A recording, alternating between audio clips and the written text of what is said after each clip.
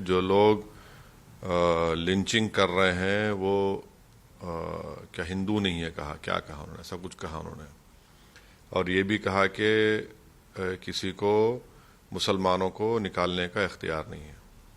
हम ये उनसे पूछना चाह रहे हैं कि क्या मोहन भगवत जी इस बात को मान चुके हैं कि मेजॉरिटी कम्युनिटी में आरएसएस और हिंदुत्व की आइडियोलॉजी की वजह से रेडिकलाइजेशन हो चुका है, क्योंकि वो लिंचिंग के बारे में कह रहे हैं। तो हमारा मानना यह है कि आरएसएस अगर मानती है कि मुसलमानों का लिंचिंग हो रहा है तो क्यों हो रहा है, करने वालों का क्या ताल्लुक हिंदुत्व की आइडियोलॉजी से है या नहीं है, और अगर हो रहा है तो क्या उनका रेडिकलाइजेशन अगर हुआ है तो उसका जिम्मेदार क्या आरएसएस और हिंदुत्व की आइडियोलॉजी नहीं है, और अगर ये है तो क्या आरएसएस उन लोगों का ओपनली कंडेमनेशन करेगा जिन्होंने पीलू खान को मारा, रकबर को मारा, अलीमुद्दीन को मारा और आपके अखलाक को मारा, आसिफ को मारते हैं और महापंचायत करके बीजेपी का स्पोक्सपर्सन कहता है कि क्या हम इनको मर्डर भी नहीं कर सकते?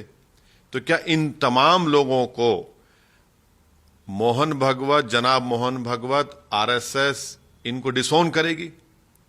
और क्या वो सरकार पर दबाव डालेगी कि लिंचिंग के खिलाफ एक कानून बनाया जाए?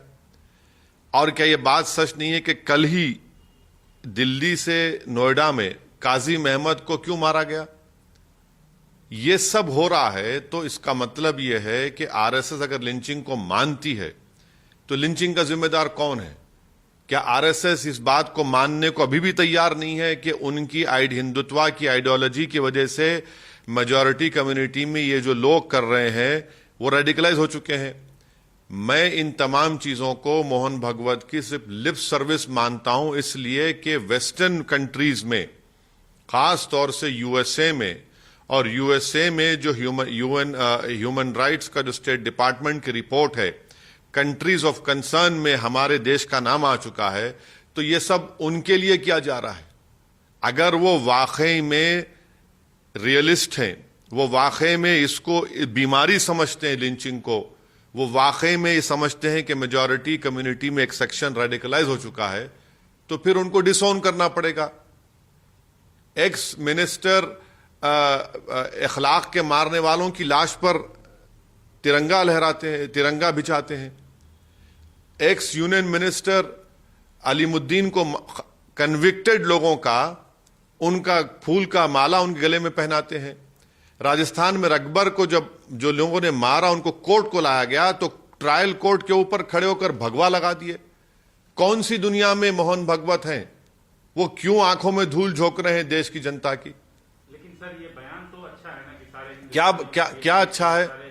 क्या अच्छा है उसमें? आप देखिए, ये एकता बना रहे हैं आप कब से एकता बना रहे हैं? आप तो 90 साल से आप ही का तो ये सब, चाहे वो गोलवालकर का बंच ऑफ थॉट्स हो या वी और नेशनहुड हो या फिर दीनदयाल उपाध्याय की किताब हो, इन तमाम, या फिर आप सावरकर की हिंदुत्व की किताब हो, यही तो इन्हीं के नक्शे कदम पर आप चल रहे हैं। और इन किताबों में क्या ये एकता की बात की गई? क्या इन किताबों में यूनिटी एंड डाइवर्सिटी की बात की गई?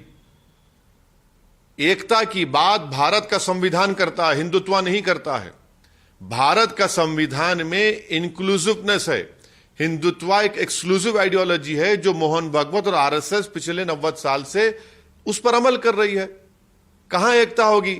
गवर्नमेंट ऑफ मोदी की सरकार है और इन तमाम लोग महापंचायत कल भी करते हैं, गाली देते हैं मुसलमानों को कि इनका मर्डर कर दो, इनको मार दिया जाएगा, और पुलिस एक एक्शन नहीं लेती उनके ऊपर। काजिम को मारा गया, पुलिस एक्शन नहीं लेती उनके ऊपर। जुनैद को भरी ट्रेन में मारा गया, देख लीजिए कौन सा क्रिमिनल केस चल रहा है। यह सिर्फ लिप सर्विस है, देश की जनता की आंखों में धूल झोंकी जा रही है। और सबसे बड़ा काम यह कि वेस्टर्न कंट्रीज में, खास तौर से यूएसए में, वहां पर यह पैगाम दिया जा रहा है, क्योंकि बैड पब्लिसिटी मिल रही है, और वो बैड नहीं बल्कि जेन्युइन पब्लिसिटी सही हो रहा है, तो इसीलिए ये तमाम बातें की जा रही हैं। ये जमीन पर इसका कोई इंप्लीमेंटेशन नहीं होगा।